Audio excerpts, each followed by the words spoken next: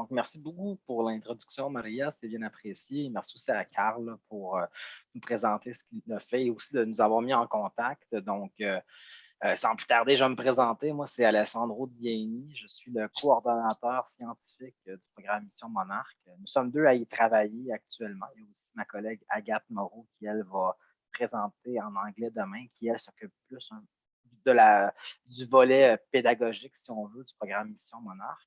Parce que justement, là, pour vous en parler un petit peu plus de longtemps en large, Mission Monarque est un programme de sciences participatives qui documente le succès reproducteur du papillon monarque. C'est un programme qui est chapeauté par l'Insectarium de Montréal d'Espace pour la vie. Et étant un programme de sciences participatives, ce que cela signifie, c'est que nous avons des personnes bénévoles, donc des personnes non professionnelles, non biologiques, qui vont contribuer à des projets de recherche. Et c'est exactement ça, la puissance de ce programme-là, c'est qu'on demande à des personnes qui se retrouvent sur un vaste territoire, donc le territoire canadien, parce qu'on est un programme qui est pour l'ensemble du Canada, pas seulement du Québec. Et à la lumière des données qu'on a eues sur les populations de monarques depuis les 20 dernières années, donc une population qui est en déclin, on s'est dit qu'il faut trouver une façon d'avoir rapidement, à grande échelle, de l'information sur le papillon monarque, mais pas seulement le papillon, aussi sa plante hôte, l'asclépiade, que je vais parler un petit peu plus tard, pour avoir une idée de son habitat de reproduction, de la qualité de son habitat de reproduction. Donc, c'est ça, c'est des personnes qui n'ont pas d'expertise nécessairement en biologie ou en sciences, mais qui sont quand même capables de suivre un protocole assez simple et de partager des données. Et là, avec ce que je vous présente à l'écran ici, c'est un graphique qui montre, en fait, depuis la fin des années 90 jusqu'à 2014, le nombre d'articles publiés qui ont utilisé des données non pas recueillies par des scientifiques, mais recueillies par le grand public. Donc, on voit que c'est en croissance exponentielle.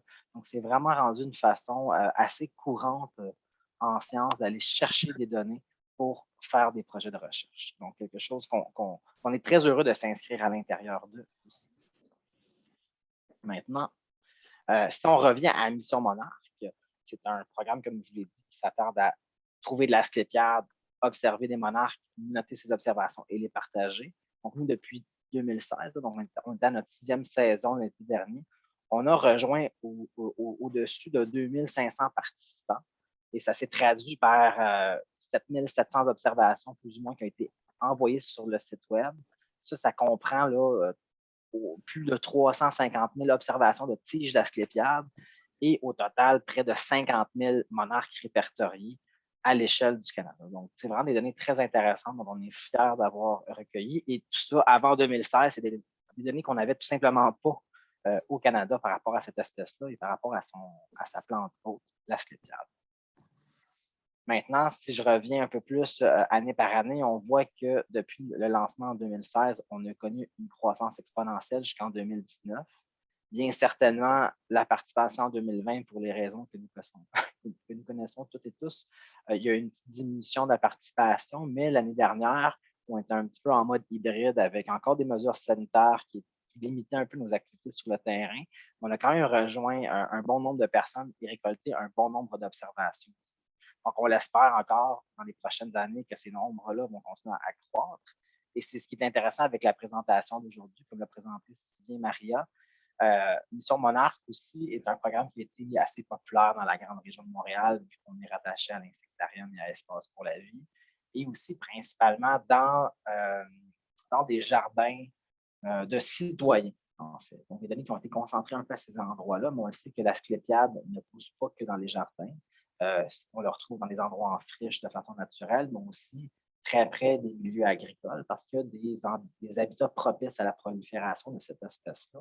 Et avec aujourd'hui, en atteignant une autre niche de personnes, on espère que ça va aussi faire accroître la participation pour cette année, mais aussi les années à suivre.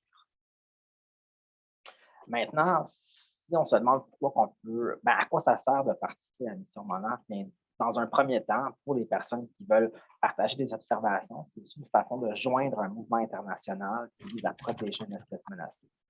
Nous, on fait ça au Canada, mais on n'est pas plus intelligent que les autres. Les États-Unis font ça depuis plusieurs années. Il y a aussi des programmes au Mexique qui font la même chose. Donc, si tout le monde met la main à la pâte pour partager ces observations-là, on commence à avoir plus de données sur le monarque, ses dynamiques de population, ces dynamiques d'habitat, bref, de l'information très riche pour la communauté scientifique. Et c'est aussi une façon d'engager le public à venir en aide à une espèce menacée. Parfois, on peut se sentir un peu démuni quand on entend des trucs comme il y a des populations qui diminuent, il y a des espèces en voie d'extinction. Eh bien, un programme comme Mission Monarque, c'est une façon vraiment d'engager les personnes et de les rendre, euh, de leur donner un rôle à jouer dans la conservation d'une espèce. Et comment participer? Là, maintenant, je vais parler un peu du protocole, comment partager des observations, mais là, je m'adresse un peu plus à vous qui est présente aujourd'hui. Donc, que ce soit des fermiers ou des fermières, agriculteurs ou des agricultrices, ou sinon des personnes qui sont des intervenants dans ce domaine-là. Il y a différentes façons qu'on peut participer. Une des premières façons, c'est de promouvoir le programme, en fait, tout simplement, que les personnes le sachent, que ce soit des visiteurs, que ce soit les personnes au sein de votre entreprise et tout ça, c'est juste d'en parler, de les sensibiliser à ce programme-là et savoir que ce programme-là existe. Ensuite, s'il y a des possibilités d'avoir des activités sur un calendrier, des activités pédagogiques ou de terrain, eh bien, c'est d'inclure des activités de surveillance, là, comme je vais vous présenter un petit peu plus tard, dans votre programmation annuelle. Une façon bien simple de mobiliser des personnes pour collecter des données et les partager. Et aussi, c'est de connaître l'existence du Blitz international de suivi du monarque que je vous présente à l'instant même. Donc, juste pour un peu démêler tout ça, Mission Monarque est un programme de sciences participatives. C'est le programme qui est mis de l'avant par le gouvernement au Canada pour récolter des données et les partager sur un site web. Donc, tout le monde peut participer à Mission Monarque à tout moment de l'année. En fait, tant qu'il y a de l'asclépiade qui est observable sur le terrain, on peut techniquement commencer à partager des observations et jusqu'à temps que le monarque quitte à la fin de la saison. Aussi, c'est la grande période où tout le monde peut soumettre des observations. Ça peut aller de la mi-juin jusqu'à fin septembre, début octobre. Toutefois, le Blitz international de suivi du monarque est un événement, est un bio-blitz où les trois pays, donc le Mexique, les États-Unis et le Canada, se concertent sur une période et en font la promotion pour qu'il y ait un partage massif d'observations qui se fait pendant une période de 10 jours. Et le but de ça, c'est de prendre un instantané de la densité de la distribution d'Asclépiades et de monarques à l'échelle du continent américain. Et ça permet d'avoir un instantané justement de la qualité ou du succès reproducteur dans l'ère de reproduction estivale du papillon monarque. Donc, Mission Monarque est un programme, le Blitz est un événement et Mission Monarque est le programme canadien qui participe à cet événement-là. Donc, les dates à retenir pour cette année, c'est du 29 juillet au 7 août.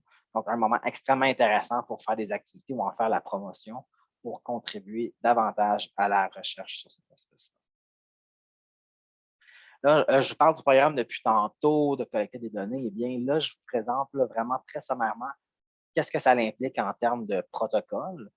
C'est super simple. C'est un programme qui est très grand public. Là. Je le dis souvent que c'est pour des personnes de 9 à 99 ans. Là. Dès qu'on est capable d'écrire, de reconnaître la sclépiade et des stades de monarque, on est capable de participer et de partager nos observations. Donc, si je résume les étapes, première chose qu'il faut faire, c'est trouver de la sclépiade. Une fois qu'on a trouvé cette plante haute-là, on est capable de vérifier la présence de monarques sur ces plantes-là. Donc, peu importe les stades, que ce soit des œufs, des chenilles, des chrysalides, des adultes même, on peut les vérifier. Troisième étape, c'est de noter nos observations. Je vous ai présenté ici à la droite un formulaire d'observation avec un exemple de ce à quoi ça peut avoir l'air une fois que c'est rempli. C'est des informations de base que j'aime dire que c'est le où, quand et quoi, en fait. Donc, on note le lieu, on note la date et l'heure. Après ça, on note ce qu'on observe. Et bien certainement, la dernière étape qui fait que toute l'activité qu'on vient de faire n'est pas juste une activité ludique qu'on a faite à l'extérieur avec les amis, c'est de soumettre les données. C'est une fois que les données sont déposées sur le site web et rendues accessibles à la communauté scientifique, c'est là qu'on a vraiment participé à un programme de sciences participatives. Donc, c'est ces quatre étapes bien simples-là que je vais vous présenter un petit peu plus en détail par la suite. Parce que pour bien sûr trouver de la stépia, il faut savoir la reconnaître et il faut savoir un peu ce que c'est. Ici au Canada, on a 8 espèces d'asclépiades indigènes. Au Québec, plus spécifiquement, il y en a 4. Mais en réalité, il y en a 2 espèces qu'on rencontre plus communément, dont une qui est extrêmement répandue, et c'est celle-ci, l'asclépiade commune. Comme je vous ai dit, c'est sûrement elle que vous connaissez déjà très bien, surtout si vous êtes dans le domaine de l'agriculture, vous l'avez sûrement déjà vue. vous savez déjà très bien la reconnaître, et c'est elle majoritairement qu'on rencontre. L'autre espèce qu'on voit moins communément, mais qui est quand même répandue au Québec, c'est l'asclépiade incarnate, qui est plus dans les milieux humides. Et sinon, on a aussi la tubéreuse et la très grande asclépiade qu'on retrouve, mais ces deux espèces-là ont des populations très nichées à certains endroits au Québec, qui sont même considérées comme des espèces menacées. Donc, normalement, on explique aux personnes un peu où aller chercher pour trouver de l'asclépiade. Je vais passer assez rapidement là-dessus. C'est vraiment des lieux en friche, des lieux très ensoleillés avec un sol pauvre. Donc, tous ces endroits-là sont vraiment intéressants pour observer, mais surtout, ce que je veux mentionner, c'est que peu importe dans quel contexte on retrouve de l'asclépiade, que ce soit en milieu naturel, en friche, que ce soit non loin d'une structure qui a été développée, par exemple comme un chemin de fer ou des routes, ou même, comme je suis à ma photo de droite ici, dans un jardin qui est aménagé, donc même si c'est un espace horticole, tous ces endroits-là sont des endroits potentiellement intéressants à documenter et on est intéressé à avoir de l'information de tous ces endroits-là. Donc, ne pensez pas que c'est seulement de la stépère dans le milieu naturel qui nous intéresse, que ce soit une ferme, dans un jardin aménagé. Toutes ces informations-là nous intéressent. Maintenant, je vous présente sommairement le cycle de vie du monarque. Comprenez que la formation que j'ai aujourd'hui, c'est un peu pour vous présenter le programme, voir comment vous pouvez vous l'approprier et l'utiliser pendant la saison pour documenter le monarque. Mais je ne rentre pas dans des détails plus précis sur comment bien reconnaître les stades, comment distinguer les espèces aussi qu'on peut communément se confondre avec le monarque. Donc, ici, je vous les présente rapidement, puis à la fin, je vais vous expliquer quels sont les autres outils que vous pouvez utiliser pour vous aider à travers ces activités-là. Donc, on a parlé de l'asclépiade. Le monarque, c'est 4 stades de développement. On dit que c'est un insecte à métamorphose complète parce que chacun des stades est bien différent de l'un de l'autre. Et chacun des stades sont intéressants à documenter pour le programme en question. Donc, on commence par l'œuf qui est pondu par les femelles sur les plants d'asclépiade exclusivement. Et pourquoi ça? Eh bien, le monarque adulte, le papillon, lui, il est capable de se nourrir d'une foule de plantes, en fait, toutes les plantes qui sont capables de produire des fleurs riches en nectar. L'adulte, avec son proboscis, qui agit un peu comme une trompe, c'est ses pièces buccales, ils sont capables d'aller dans les fleurs et d'aller aspirer le nectar pour s'alimenter. Toutefois, les œufs sont pondus sur des asclépiades parce que les chenilles, donc le stade qui va éclore de l'œuf, est un stade aussi qui s'alimente, mais qui va s'alimenter exclusivement de plants d'asclépiades. Donc, c'est un stade qui est très spécialiste, donc spécialisé à cette ressource alimentaire-là, alors que son parent, si on veut, l'adulte, est lui considéré plus généraliste. Maintenant, les chenilles vont se trouver majoritairement sur les plants d'asclépiades. C'est super intéressant de les documenter. Ils vont manger ça. Donc, c'est pour ça qu'on veut le savoir où elle se trouve, cette plante-là, parce que sans cette plante-là, le monarque ne peut pas compléter son cycle vital. Aussi, si on est bien chanceux, on peut observer des chrysalides. Les chrysalides, c'est le stade qu'on retrouve entre les chenilles et l'adulte. Donc, une métamorphose incroyable se passe durant cette période-là. C'est un stade qui va durer à peu près 2 semaines. On le présente, mais généralement, c'est un petit peu moins fréquent à observer. Et la raison de ça, c'est parce qu'elles sont assez critiques et aussi pas systématiquement retrouvées sur les plants d'asclépiades. Donc, ça, les chrysalides sont parfois aussi sur d'autres types de plantes, d'autres structures. Donc, en ville, on les voit parfois sur des tables à pique-nique. S'il y a des plants aménagés pas loin d'une maison, on peut voir des chrysalides sur les maisons. Et la raison derrière ça, c'est parce que les chenilles de dernier stade vont fuir les plants d'asclépiades, généralement sur un endroit un peu plus à l'abri pour passer à ce stade-là. Et bien certainement, après ces 2 semaines-là, de la chrysalide va émerger un adulte qui, lui, va continuer à s'alimenter, s'accoupler et pondre des œufs durant la saison. Là, je parle de ça super rapidement. C'est pour que vous ayez une meilleure idée de ce à quoi ressemble euh, euh, le programme. Toutefois, sachez qu'il y a des fiches d'identification qui sont disponibles sur le site web en format PDF, ce qui peut vous aider à réaliser ces missions-là, ou même ça peut aider la communauté qui vont venir le faire chez vous. On a des fiches justement pour reconnaître les différentes espèces d'asclépiades. On a aussi des fiches qui sont adaptées aux différents stades du papillon monarque. Et on a aussi des fiches à ne pas confondre. Donc, ce qui va aider là, les insectes ou autres Ben, les autres chenilles ou les autres papillons qui vont ressembler aux papillons monarques, comment les distinguer adéquatement? On retrouve ça là-dessus.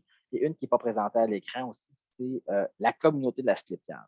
Bien certainement, vous allez voir qu'il n'y a pas juste la monarque qui mange de la sclépiade ou qui va utiliser cette plante-là, que ce soit aussi pour le nectar.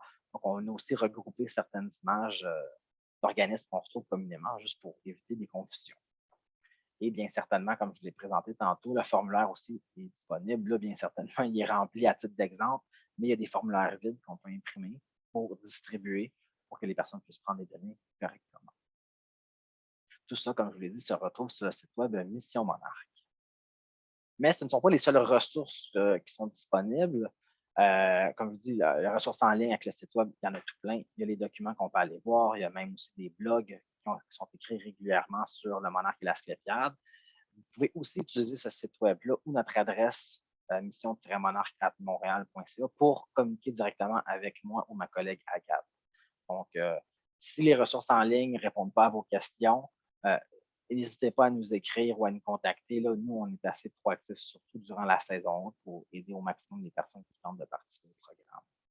Et aussi, éventuellement, ce qu'on offre, c'est des formations pour toute personne qui aimerait devenir ambassadeur. En fait, c'est un terme pour désigner des agents multiplicateurs. Nous, on est 2 personnes qui tentent de faire rayonner le programme à l'échelle canadienne. Donc, c'est certain qu'on a besoin d'aide.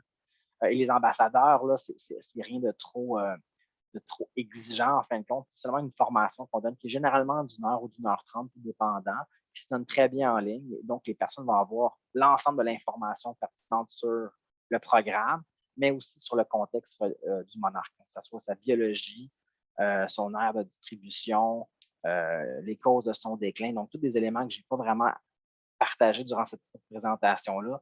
Ça, on adresse ça durant les présentations virtuelles, les formations virtuelles que l'on donne à des personnes qui tentent de devenir ambassadeurs. Et juste pour le besoin de comprendre un peu comment est structuré notre site web, eh bien, on a des onglets pour savoir comment participer, des onglets pour en connaître davantage sur l'espèce et bien certainement d'autres éléments extrêmement intéressants. Et je vais aussi porter une petite attention particulière aux données ouvertes parce que depuis tantôt, je parle qu'on veut partager des données, partager des données. Eh bien, on peut les voir aussi, ces données-là. On peut voir ce que les personnes ont soumises dans les dernières années. Ça peut aussi, des fois, nous aider à orienter nos recherches si on veut documenter le monarque et la sclépiade. Et aussi, on peut les télécharger. Donc, c'est ça qui est intéressant, c'est ce qu'on appelle les données ouvertes. N'importe qui peut aller sur le site web et faire une requête pour télécharger un fichier Excel avec l'ensemble des données. Il va en faire des analyses par la suite ou toute autre chose avec ces données-là. Donc, c'est vraiment très intéressant. Un site qui est accessible à tout le monde et que tout le monde peut utiliser. Maintenant, juste pour clore cette présentation-là et potentiellement répondre à des questions, s'il y en a avec les personnes présentes à cette formation-ci, une petite étude de cas avec la ferme HLF. M. Poirier a parlé tantôt. Donc, on dresse un portrait un peu dans la région. Donc, il y a le lac Simon ici, on est dans la MRC de Papineau, en Outaouais. Donc, on voit avant 2018, avant que M. Poirier a commencé à prendre ce programme-là sous son aile et d'en faire la promotion à sa ferme, on avait quelques petits points d'observation dans la région. Mais après 2018, là, si on filtre les données dans cette période-là, ben là, on voit qu'il y a beaucoup plus de points qui se sont ajoutés sur la carte. Là. Ici, c'est les points, c'est 8 points qui est concentré à la ferme, mais on voit que ce n'est pas juste un rayonnement qui est à l'endroit précisément où il en a fait de la promotion. Aussi, tout autour, les personnes continuent à faire des observations, à partager. C'est exactement ça qu'on veut d'un collaborateur ou d'une personne qui en fait la promotion. Donc, la forme de l'implication que ça prend de la ferme HLF, c'était des journées de surveillance qui étaient ajoutées à leurs activités au calendrier. Et c'était 2 journées durant l'année, généralement, précisément durant la période du Blitz international de suivi du monarque. Donc, ça, c'est une période de 10 jours, donc ça inclut 2 fins de semaine. Donc, il y avait une journée par fin de semaine où il y avait des activités dans la ferme. Et non seulement ça, les activités ont aussi été intégrées au calendrier des événements de la municipalité. Donc, ça a permis aussi de diffuser l'information à plus petite échelle. Donc, nous, on fait des communiqués de presse à l'échelle canadienne, mais là, d'avoir cette mobilisation-là, cette sensibilisation au niveau local aussi, c'était extrêmement intéressant. Et au niveau des données, ça s'est vraiment bien manifesté. Donc, on voit en termes de participation, il y a eu 3 années où ça s'est tenu.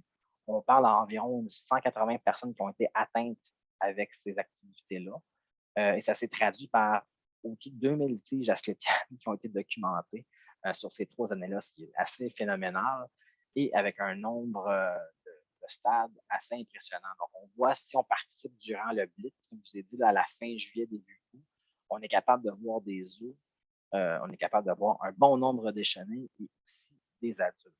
Là, bien certainement, le nombre de chrysalides semble bas, mais comme je vous expliquais, c'est qu'elles sont plus difficiles à trouver et aussi elles ne sont pas systématiquement sur les plans d'asclépiade. Donc, là où on va faire nos observations sur le terrain dans le cadre de ce programme. Et ce qui est extrêmement intéressant, je veux juste le souligner, c'est que M. Poirier a assisté pour la première fois à une formation un peu plus structurée d'ambassadeur cette année. Donc, pour les 3 années précédentes, c'est une personne qui était capable d'aller sur notre site web de façon complètement autonome, de s'approprier le contenu et d'intégrer des activités dans sa firme. Donc, la formation, elle est fort intéressante, mais elle n'est pas nécessaire pour pouvoir réaliser des projets ou des activités dans son milieu.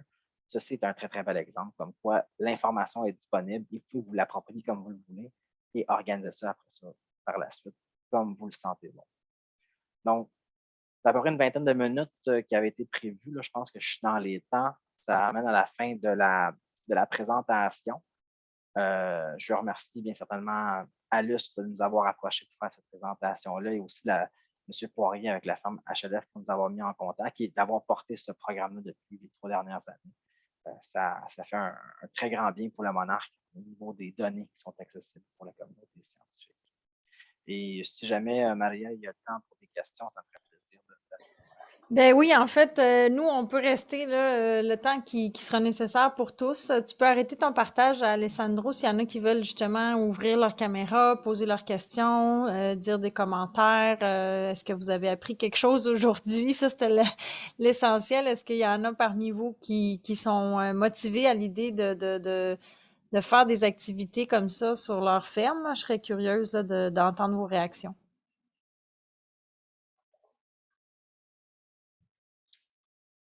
Si personne ne le fait, je vais nommer quelqu'un. Parce que je fais toujours ça. Moi, j'aime ça rendre les gens mal à l'aise. Raymond? Oui, Ah, bonjour. bonjour, Ben, enchantée. en fait, je suis contente de savoir que c'est les asclépiades qui attirent les monarques. J'adore ces papillons-là. D'ailleurs, j'ai ça sur ma page de cellulaire avec un monarque. C'est que moi, j'avais dans ma plate-bande des sédums. Tu sais, c'est des fleurs un peu grasses qui font des fleurs qui ressemblent à l'asclépiade. Puis une année, là, j'étais inondée de papillons. L'année suivante, j'ai attendu les papillons, mais ils ne sont pas arrivés. Fait que là, je comprends pourquoi. Je ne sais pas si c'est parce qu'ils avaient pondu leur œuf, parce que la fleur ressemble beaucoup à l'asclépiade. Eh bien, c'est une observation intéressante. Le monarque a besoin des 2 types de plantes. En fait. Généralement, si on met uniquement de l'asclépiade ou un endroit qui est uniquement composé d'asclépiade, c'est plus ou moins intéressant parce que c'est une ressource de ponte. La femelle va pouvoir pondre là-dessus, mais elle a besoin de plantes à fleurs qui vont faire du nectar pour pouvoir pondre des œufs. Donc, quand on a les 2, c'est super intéressant. Ensuite, s'il y a juste des plantes nectarifères et pas d'asclépiade, on risque de voir uniquement des adultes. Donc, les adultes vont venir s'alimenter, mais il n'y aura pas d'habitat de pontre pour eux. Donc, c'est pour ça que d'avoir les 2, c'est généralement ce qu'on reconnaît comme étant un habitat vraiment très propice pour